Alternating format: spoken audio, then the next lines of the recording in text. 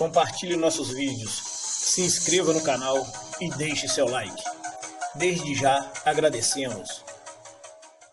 Positioning myself behind his back, which would give me the chance to keep attacking him no longer from the mounted position, but now from the back mount position.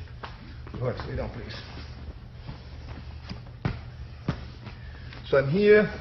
He's got this block, the hand is there, defending everything. He's not working on the escape. As soon as I see him thinking about this, I'm going to get a hold of him, pull him back, and go and hook him this way. Ending up with the hook on the legs that way, so that we can control. Now that I have the hooks, if he rolls, let's roll one time this way here. I still can stay behind his back. If he goes the other way, see, the legs will enable me to stay behind him and continue a whole new front of attack at this point. Lay down, please, Royce. Turn sideways. I'm trying to go here, blocking both sides. The hand goes onto the foot. As soon as I feel him doing this, I'm going to pull him back to do this move.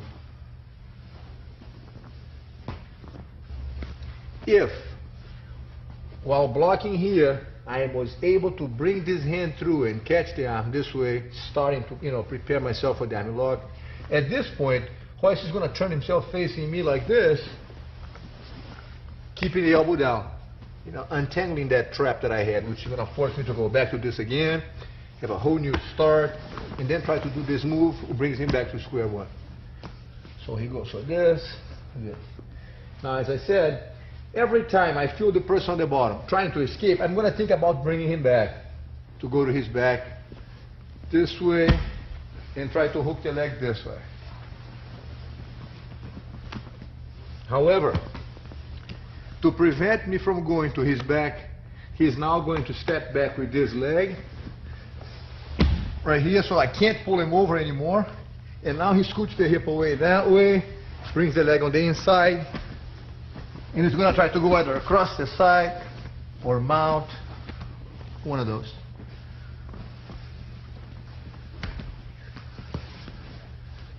So the person is on top trying to attack the arm and the neck. When I'm going to pull him over, he steps back, scoots the body away that way, and try to go on top of me this way here. Right here, Royce, please.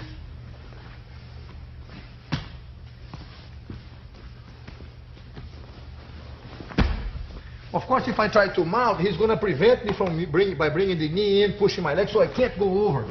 Then hooking the leg, yes. And then going across. Okay. So let's do this one more time. Watch Royce's leg. As soon as I pull him, he steps back with me.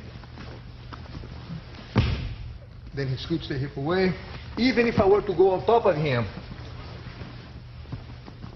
he'll bring me to his guard, which is much better having the person in your guard than having him attack you from behind. So it's a good position to be in. Great. Please. So I did this, he turned sideways. I was able to bring the hand under the arm. He quickly turns facing me. Puts me back into this position. Which leaves us one more move, which is when I'm in this position here, we talked about grabbing the cloth like this and using the knuckles like a nutcracker to squeeze the neck. The movement is to go like this and choke the person this way.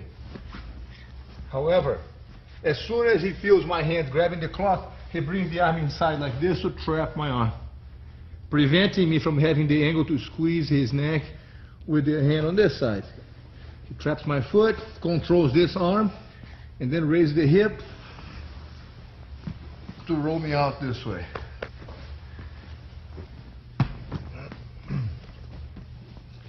So let's do a quick review here on that nutcracker. If the person grabs the cloth like this and is trying to squeeze your neck, as soon as Royce feels this, he brings the hand in and traps the arm. So I can't push anymore. This hand controls this way the arm. He now raises the hip, rolls the guy out, and we are in this position.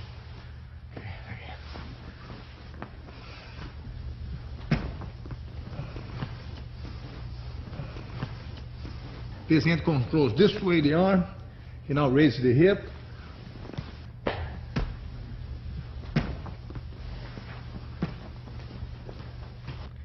Let's say even though you know how to prevent the opponent from getting to your back by stepping back and keeping the distance, he's still able to sneak his way in and somehow hooks that leg. In other words, you find yourself here now with the guy behind your back trying to bug your neck. We have talked in the past about, the choke, this one here. There's no defense for this move. Once the person knows what he's doing and catches it right, that's the end of that. So you better not get caught this way, all right? However, there is different attacks and other chokes that he might try. For example, something like this, that he would try to grab the cloth and then the second hand squeeze this way. As soon as you find yourself with a person behind your back, you put your hand up like this. Bring your arm up. And the idea is to prevent my hand from going through here. You don't want me to go this way because it would give me access to the cloth. So by keeping this hand here and this hand like this next to your ear, I can't go through here. Okay, so that's the idea. So now I have to go under. And as I try to go under, you secure the arm this way. Once you secure the arm, you can then trap the arm this way here so I can't pull it out. All right? And then you're going to drive your way to the side. Once again, Royce, please. So from here, you keep your hand next to your head like this, sealing this part really tight so I can't go through. He says to himself, well, I'm not going to go through here because I can't choke anyways. I'm going to go with this hand on the collar. This hand on the collar, one hand on the collar, it's okay because he can't choke you with just one hand. This kind of choke, he needs the second grip. So as soon as the person grabs the cloth like this, you're going to use my hand as a guiding for you to know which way you should fall to. So if I grab the hand this way, is as if I'm pointing your way out. So I grab the hand here. You already know you're going to have to go to this side. While I try the second hand, I strap the arm like this. I can't get my arm out. And now scooch the hip away.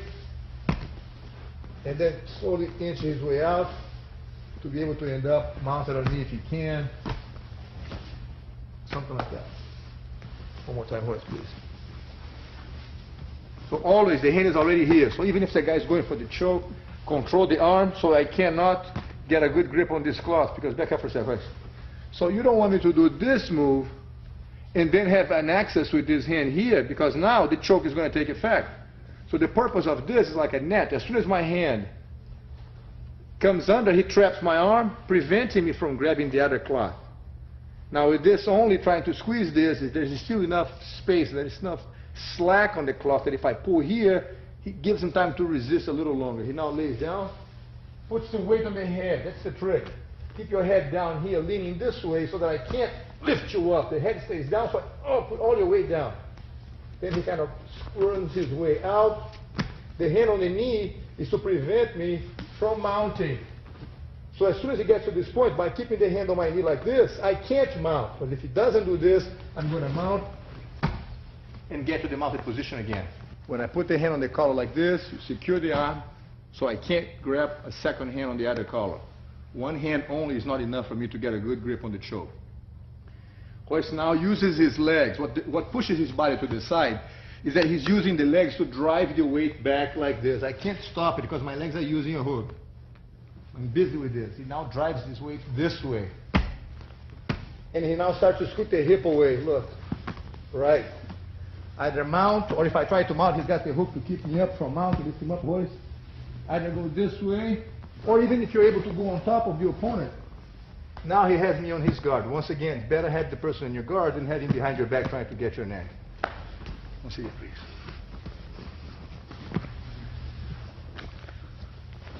Always the hand here.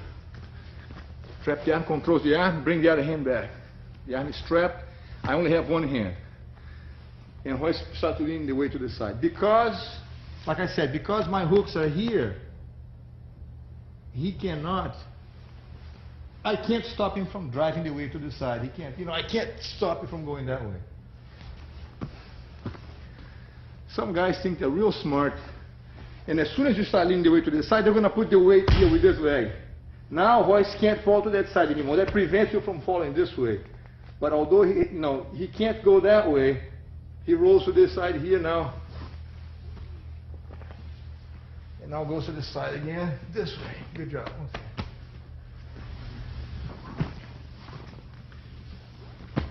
Let's not forget that he only has two legs. So at this point, when you do this, if he puts the leg on the ground, wait, Royce, to prevent you from driving your weight this way, he does not have the hook anymore. He either hooks the leg Royce, roll this way, please. The leg hooks keep me on your back. Royce. It keeps me here. Back up, please.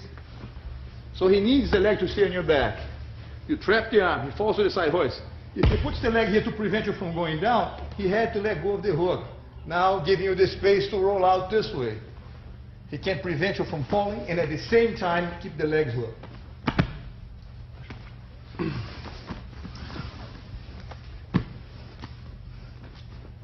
Got here. He's going to the side. I put the leg on the ground. He rolls out, controlling the arm here so that I can't improve my position. Stays close so that I don't have the space to get away from him. And then establish the position on top this way.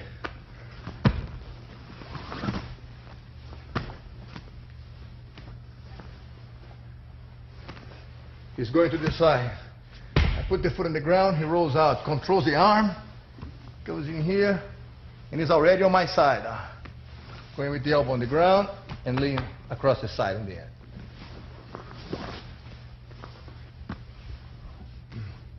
Well, we do this one time, Royce, for the other side, please.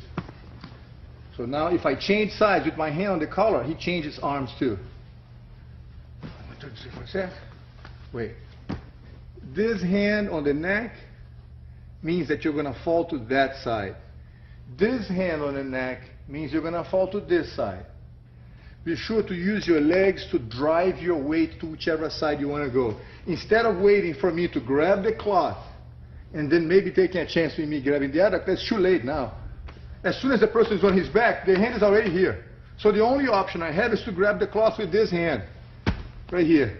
As I'm trying to grab the other collar, he's waiting. He controls my arm, and with the legs and the body, he drives the weight to that side. Royce, go for it. Yes. Either I keep the hook, and now he slides, he's inching himself away. Sometimes he uses the hand to untangle that foot. Look, gets the leg out. Go, Royce. Keep the hip away. The hand here to prevent me from mounting. Either hook the leg and lift him over and end up mounting. Yes.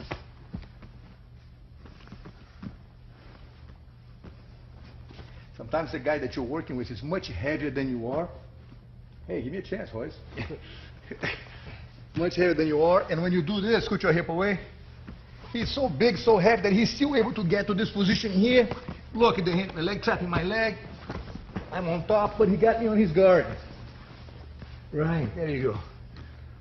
Always better to have him in your guard than behind your back, okay? So the bad guy's behind your back. He goes for the collar like this. You control the wrist, and then you go to the side. Use your legs to drive the weight forward. Scoot your hip away. Up you go. Aware of my legs so I can't mount. Right? And even if he goes on top, you put him on your guard. Right. Royce, do me a favor. Come down this way a little bit. My friends, check this out. See that place for a second. When he goes back and he leans back this way, he's using the legs to drive his weight to the side, and he kind of lifts the hip up a little bit like this, so that it makes it very heavy. Your weight is all on your shoulders now and on your head. Even if the guy were to try to pick you up, it's much heavier. That's the idea. So that your body being arched this way, being pushed forward by the legs, makes it impossible for the guy to drag you back from the ground again. And then he scoots the hip away more and more, and then brings the leg over, hopefully to end up in the mounted position. If nothing else, have the bad guy inside of your guard. Not the bad guy, you know, the opponent. All right. Not all the opponents. Not all opponents are bad guys. Anyways. So we're here. If the person is somehow gets a hold of your collar like this, and before you had a chance to throw your weight to that side, as we talked about, he's able to bring you to this side here, where you did not have a chance to go to the correct side. You find yourself on the wrong side, as you can see. Back up, boys.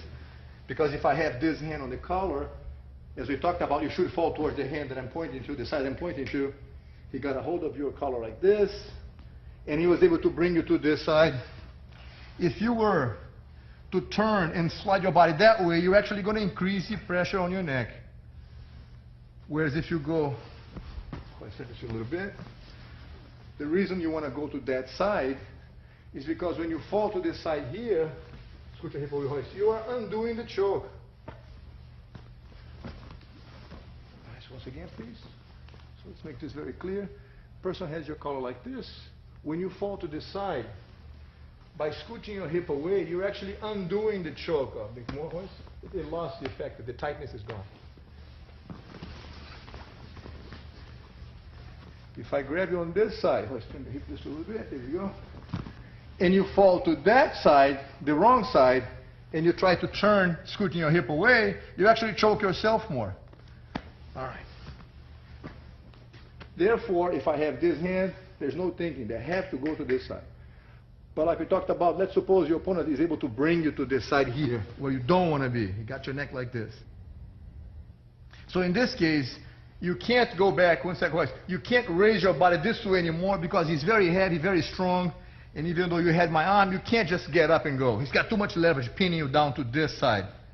So now Royce is going to grab the cloth of the elbow here, maybe one hand here, hand on the elbow, or two hands here if you need. Look at me so that your head is sideways, it's easy to escape. He lifts my elbow up and brings the head underneath. Right, like a little emergency exit.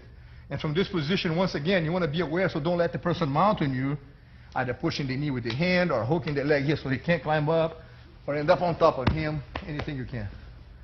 One more time, please, Royce. Always, the hand is already waiting for his attack. He got a hold of you here, he was able to throw you off balance to the side. He uses the grip on the cloth. Remember, be sure to turn your face this way so that your head doesn't get, your nose doesn't get scraped by the guy's arm. Turn your head and push the elbow up and slip your head out that way. That's the plan, right? And if he goes on top, he should end up on your guard.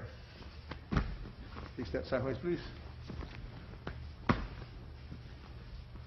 Change hands.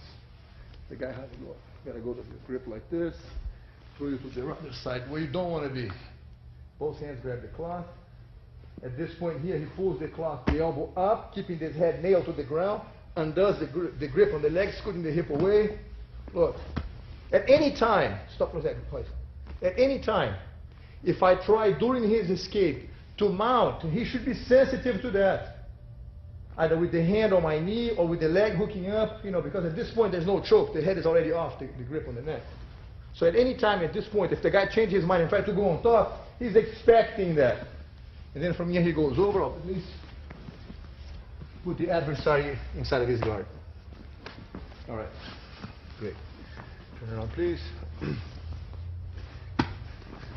So we saw several ways for you to escape from this position, and let's add a couple of more tricks. One of them is that you should continuously be aware of when the person is behind your back, he may cross his feet. If the person ever crosses his feet, if they don't know Jiu-Jitsu, they probably will, because it gives them a better sense of controlling you by, grabbing you and trapping the legs. They think it's better to do this way. If your adversary crosses the leg behind your back like this, you want to bring your foot over my leg and straight the second leg over like this, making like a figure 4. Okay? And at this point, you lean back and slowly raise your hip. Once again, please. So Royce brings, if I cross the legs, you want to bring the corresponding leg. If I have this leg on top, you bring the leg on the same side over, right there. Now the other leg goes over straight. The leg should be relaxed. Yes, the more relaxed, the heavier you feel.